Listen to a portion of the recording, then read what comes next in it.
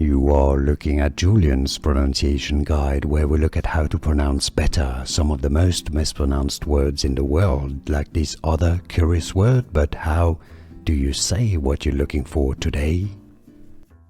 Let's learn once and for all how to pronounce the name of this town in Georgia. This is also the name of a famous onion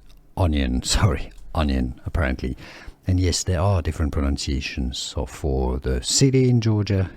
Did I say it's a town? It's a city.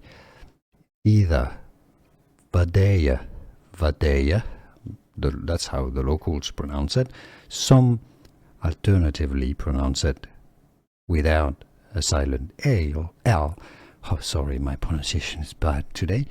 As Vidalia, Vidalia or Vidalia. Yes, the two different pronunciations. Did I get it right? Do you pronounce it any other ways? Let me know in the comments. Let everybody know. Here are more videos on how to pronounce more confusing words and names too many mispronounced. Like this video if you found it useful. I appreciate your support. I'll see you soon and thanks for watching.